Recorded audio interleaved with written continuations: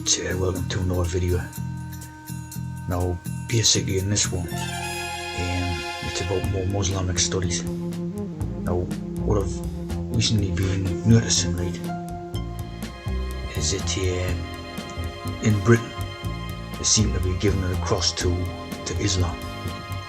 I'm not sure about the mainland Europe countries and Canada and all that, but when it comes to Britain, I'm pretty sure that they're giving it over to Islam. Now, there's a lot of evidence to show it. Basically, here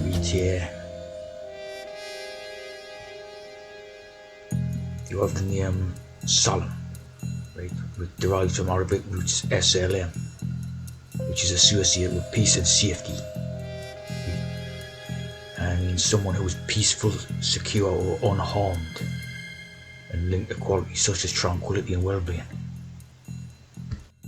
Basically, when you had this idea to stay safe during this COVID psyop, right, it was Islamic.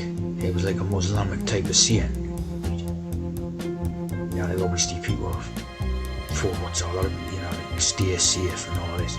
It was a Islamic type of greeting or thing with the say to each other. Now to the 19, right? Now 9/11, right? So you got COVID-19, right? And you have 9/11, which is obviously, you know, the Twin Towers, the explosion, right? But you also have the importance of the Battle of Vienna that took place on 9/11, 1683 or something, right? So this is a 9/11 code is a big code in the Islamic thing, full stop. You know, like, obviously the September 11 attacks, right? When the idea of Muslim was introduced to people in the West, an explosive type of idea, right? Blockbuster advertisement or something to introduce the mind to Islam. Right? So before 2000. Hardly any Western people knew about it. They didn't even know what it was. Like, I certainly didn't even know what it was. Then all of a sudden we're introduced to the idea of Muslim and Islam and all this with this explosive, show on the telly. And then all of a sudden you knew all about it. And then the next 25 years after, it's just been constant gaslighting in different ways and means to get this Islamic idea into your brain. Now it's basically every Western person knows what it is. So it took 25 years. Right? And again, it's Otto von Habsburg, the family in Vienna. And this one was responsible for he's one of the architects of the EU alongside Kalergi. And also done that Islamic law, which was to do with the Treaty of Vienna or something. So when you got this sort of backstory of the Battle of Vienna, it's something to do with this basically, like again, this could be the concept behind the Ottoman Empire, the Ottoman Empire.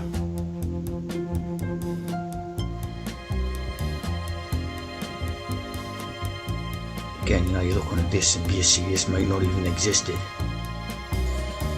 but was a projection of the future, like created by the EU. Otto's empire, something like that.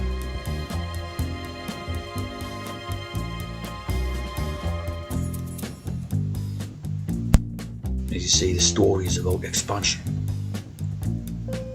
Honorific title, Ghazi, Arabic raiders. So you basically see this right Maizal, which is obviously the anagram of Islam, become mixture. Here's an Indian dish of vegetables and gravy. So like melting pot type of ideas again, right? And here's another thing, it's Salmi. Straight or narrow passage between two bodies of water, right? So it could be talking about connecting the two seas. Yeah, the lands, what's it called, the route across from obviously the east into the west by this Salmo Islam. Of course, they're always going on with how beautiful Islam is.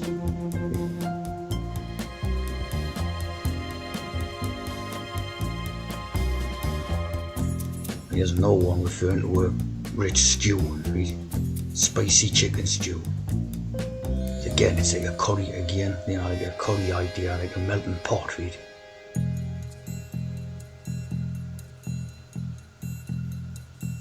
Like a sort of a concept of taking a pot, mixing everything together, right? Which is obviously like multiculturalism. So you've got these anagrams of it, right? And then you've got one here, Misl, role model, example to be followed.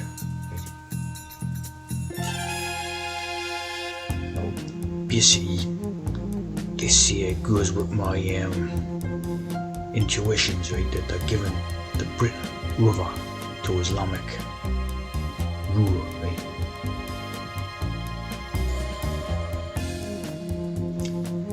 We see latest ITV news here stuff, right? Talking about alcohol prices will rise with tax hikes, right? So they're going to put the tax for the alcohol right up, right? Which is obviously in line with Islamic.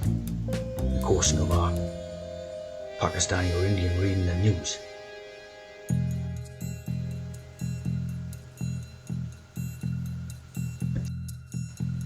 Here you see how a missal, right? A missal is a liturgical book in the Catholic Church. Right? Now again, it's just an anagram of Islam. Right?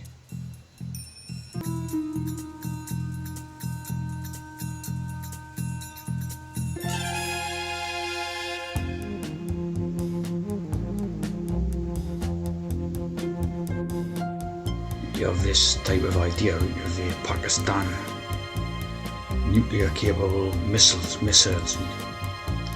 Basically, I think they're coding in the bio weapon here. They're coding in the bio weapon, which is unclear. You know, it's unclear. But basically, the mass immigration becomes a bio weapon, right, to destroy Europe. Massive, again, beautiful and graceful. Of course, like when you watch news media, right, those coming up with idea, right, that Pakistan and Islam is bad, right, and India is good. Like India and Hinduism and all this is good. And obviously like 9/11, you know, the idea of Islam is bad. Now basically why they're giving you that is again to cover and hide. You know, like 25 years of gaslighting. Right? It's to basically frighten you into submission. You know, if the aim of the game is to submit, right? Which it is obviously like Allah's will or whatever. Allah Akbar means submit, right? So basically if the aim of the game is to get you to submit, you can do that either by different methods, either you can friendly it type of thing, like we're so peaceful, and you know, like them propagandas with the young kids and that way to convert and stuff, or you can frighten people into it. You know, you better submit, because if you do it, you know, like they'll chop your head off and all this type of idea, right? So it's about the submission idea, right? It's about making the Western people submit to this, right? It's basically my estimation, right, that Islam is a Jewish creation created around about the turn of the 20th century, 1900, right, by Jews to basically bring multiculturalism into Europe, right? Eastern peoples into Europe, into the West. Like a stew, you know, the West is a stew, the melting pot, right? And just threw all the ingredients into this one pot, like, and stir it about, like in Macbeth or something, you know. And basically have Salem's Lot, which is SLM, which is the Arabic thing for peace and safety. Salem's Lot. So who's Salem's Lot? It's the Masonic, right? It's basically the Masons, and they are basically Islamic, right? The Masons and the Islamics are together. And as the Jew, obviously the Mason serves the Jew. The Jew created Islam, so it's all serving the same cause, like, if you like. Salem's Lot, it means the chosen people idea, the peaceful one. They're the ones blessed with peace and all that idea. And I think this is, again, it's a secret code thing, right, where basically means like you got the R, right? You got this R. Basically means Jews or Islam. Jews or Islam. So it's like Jews or Islam, and Islam or Jews. It's not a different thing. It's the same thing. Obviously, they pretend that Islamics don't like Jews and blew up their synagogues and all that. But it's again, it's fraudulent as well. So when you basically got the Prince of Wales at the Wailing War, and the Prince of Wales, W-A-I-L-S, which again become the Prince of Islam. So basically that title of Prince of Wales is to do with the Prince of Islam. It's more the Prince of Islam than to do, obviously, with Wales, the country, see what I mean? It's all about hidden codes. Now, this piece here, this was on the telly. I seen it on the day. I think it was the day when I done the video about the Indian trade deal, or the day after. But I noticed on the GB News thing there wasn't one mention of the Indian trade deal at all, right? Now, if this sort of reform party had been actually like a semi-fascistic party or something like that, which it's claimed it is, some things, then they would have jumped all over that story and obviously used it to tear the Labour Party to bits, but it was no mention at all. Instead, what you seen was Nigel Farage talking to this Dubai woman. I don't know who it was exactly, but it was an hour-long interview on GB News. Nigel Farage talking to this Dubai woman. Of course, they're Islamic. Now, there's these type of things about it, right? Where it obviously says they're claiming that Nigel Farage and the Reforms Party are against Muslim, obviously, right?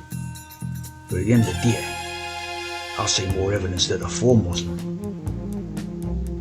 than against them. In actual fact, it wouldn't surprise me, right, if these get into office and basically the Farage steps aside because he's getting to the age where he's ready to retire. And obviously the deputy prime minister one, or the deputy head of the party is obviously that Muslim. All I see is Muslim propaganda, Muslim this, Muslim that. It seems to me as if this will bring in Muslim as opposed to get rid of it. And obviously a lot of people actually think it's going to get rid of it. It looks to me like this would actually bring it in. And that would make sense with the sort of Jewish sense of humour. Where it would be like, you stupid morons, you voted to bring bloody Muslims into your country, See what I mean? That would be their sense of humour type of thing. As you see, a simple Google search or whatever brings up this idea that they're associated with Islamophobia. Well, anyone who's been watching the TV or whatever in the last couple of weeks knows it's completely full of Muslims, that all the people are in the party are Muslims, And like I say, it wouldn't be surprised me if this one is plotted out to be the first, obviously, Muslim Prime Minister of Britain. It wouldn't surprise us at all. And then the cunning harm, the cunning harm. Again, like a cunning plot, right? Not a Muslim. This one's not a Muslim, it was ex-conservative party when they brought in loads of immigrants, right? It was the latest edition who brought in 2.5 million or something under Sunak. the Muslim leader. Yeah, so